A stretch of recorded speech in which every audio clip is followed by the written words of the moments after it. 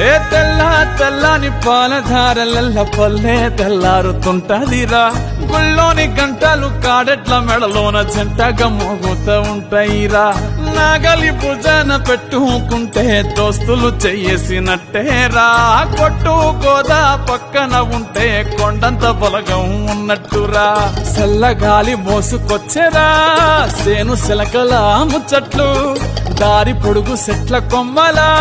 రాలుతున్న పూల సప్పట్లు గట్టి మోపులు కాల్వ గట్టులు చెమట సుక్కల్లో తడిసిన ఈ మట్టి గంధాల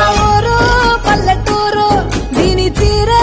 అమ్మ తీరు రంగులోన దాసి పట్టి